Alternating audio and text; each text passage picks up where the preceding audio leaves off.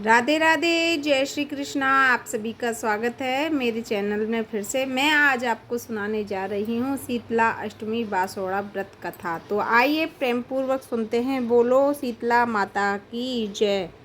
शीतला माता को हम बासी बासोड़ा बहुत पसंद है, इससे कि हम सब लोग बासी पानी या बासी खाने से ही बासोड़ा पूजते हैं। बहुत सी जगह अष्टमी को पूजते हैं और बहुत सी जगह सप्तमी को पूजते हैं। कहते हैं कि सप्तमी को पूजने से शीतला माता बहुत प्रसन्न होती हैं और अष्टमी को भी पूजी जाती हैं। ये माता हमारे यहाँ तुम्हारे यहाँ पे जितने भी मतलब होते हैं सब जगह अलग अलग जानकारी मिलती है। किसी के यहाँ अगर माता निकलती है तो माता नहीं पूजती है, लेकिन हमारे यहाँ पे सीएल साते पूजी ही जाती है, चाहे माता निकली हो या ना निकली हो। और बासी पानी से हमारे यहाँ खाना, चिकन, चावल इत्यादि, हलवा, ऐसी चीज़ें बनाते हैं। और माता की सामग्री में कच्ची अठाबरी, पकी अठाबरी, छल्ले, गुंजिया, पापड़ी, 25 पुए, इस तरीके से हम माता का पुजापा तैयार करते हैं। इस ऐसे नियम से हमारे यहाँ ये शीतला माता का पूजन होता है, जिससे कि हम बीमारियों से, चेचक, माता और खसरा, इन बीमारियों से बचे रहते हैं। ये शीतला माता का पूजन हर घर, हर गांव, गली में होता है। ये शीतला माता हमारे सब दुख दर्द सब ले जाती हैं, इसीलिए इनको शीतलता की देवी शीतला माता कहते हैं। तो आइए मैं इनके पीछे की एक छोटी सी कथा है, मैं आपको सुनाती हूँ। एक बार शीतला माता ने सोचा कि आज देखूं कि धरती पर मेरी पूजा होती है और कौन करता है कौन नहीं करता है, कौन मुझे मानता है। यही सोचकर शीतला माता धरती पर राजस्थान के डूंगरी गांव में आईं और देखा कि इस गांव में मेरा मंदिर भी नहीं है और ना ही मेरा कोई पूजन करता है और ना मेरी पूजा होती है। तो माता शीतला गांव की गलियों में घूम रही थी। तभी एक मकान के ऊपर से किसी ने चावल का उबला पानी, माढ़ जिसे बोलते हैं, नीचे फेंका। वह उबला पानी शीतला माता के ऊपर गिरा, जिससे शीतला माता के शरीर पर फफोले छाले पड़ गए। शीतला माता के पूरे शरीर जलने लगा। चिल्लाने लगी शीतला माता, इधर उधर भागने लगी, अरे मैं जल गई, मैं जल गई, मेरा शरीर तप रहा है, मैं जल रहा है, कोई मेरी सहायता करो। लेकिन उस गांव में से किसी ने भी शीतला माता की सहायता नहीं की। वहीं अपने घर के बाहर एक कुम्हारन महिला बैठी थी। वह कुम्हारन ने देखा कि अरे यह बुढ़िया माई तो बहुत जल गई हैं, इनके पूरे शरीर पर तपन, पूरे शरीर पर फफोले पड़ गए हैं, यह तपन सहन नहीं कर पा रही हैं।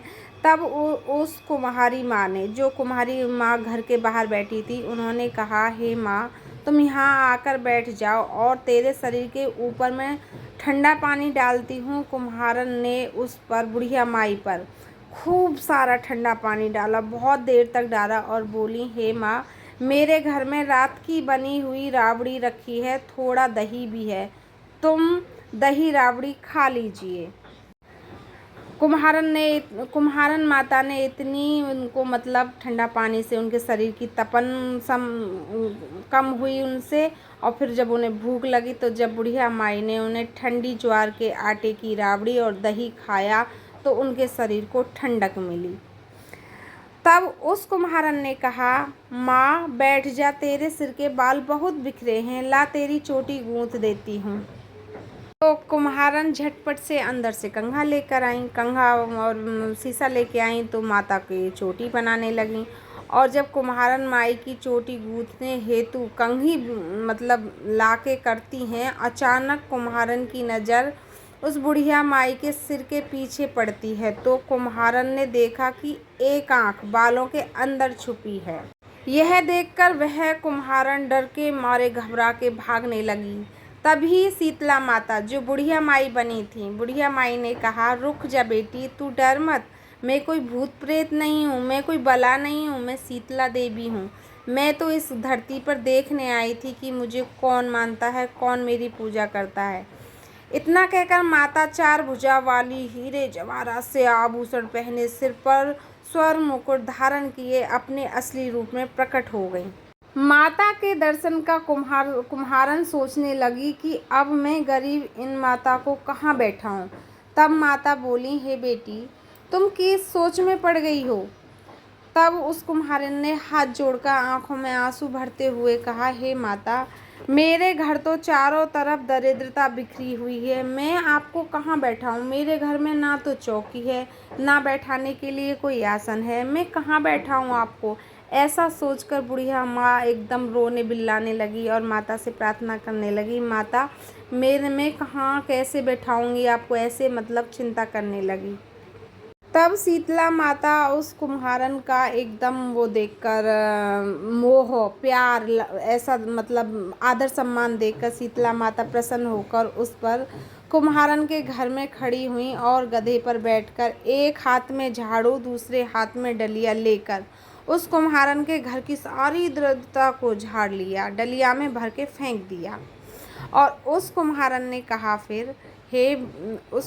ने कहा, हे बेटी, मैं तेरी सच्ची भक्ति से प्रसन्न हुई।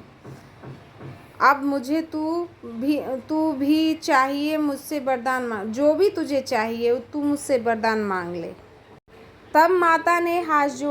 जब कुम्हारन माता ने हाथ जोड़कर कहा कि हे माता, इच्छा है अब आप इसी डूंगरी गांव में स्थापित होकर यहीं निवास करें और जिस प्रकार अपने घर की यानी कि मेरे घर की दरिद्रता अपनी झाड़ू से साफ कर दिया है, ऐसे ही आपको जो भी भक्त होली के बाद की सप्तमी को भक्ति भाव से पूजा करे, अष्टमी के दिन आपको ठंडे जल से दही व वासी ठंडा भोजन चढ़ाए, उसके जल की दरिद्रता को दूर करना, उसी घर की दरिद्रता को दूर करना एवं आपकी करने वाली महिला का अखंड सौभाग्य रखना, उसकी गोद हमेशा भरी रखना।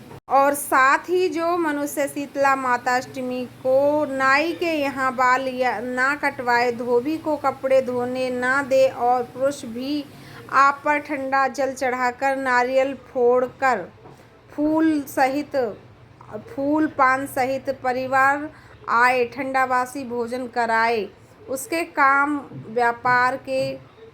व्यापार में कभी दरिद्रता नहीं आने देना। हे माता, आज से आप डूंगरी यानी कि हमारे यहाँ ही रहो।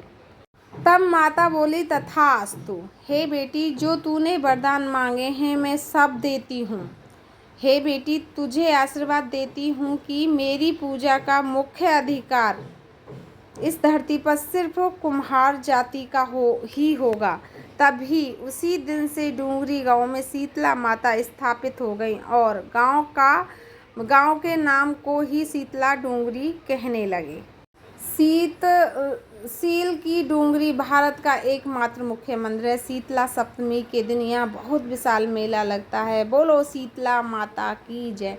ये थी मेरी शीतला माता की कथा। जिसको भी मेरी कथा अच्छी लगी हो और थोड़ी सी भी यूज़फुल हो तो मेरे चैनल को लाइक करिए, सब्सक्राइब करिए। फिर मिलते हैं हम आपको किसी और कथा के साथ।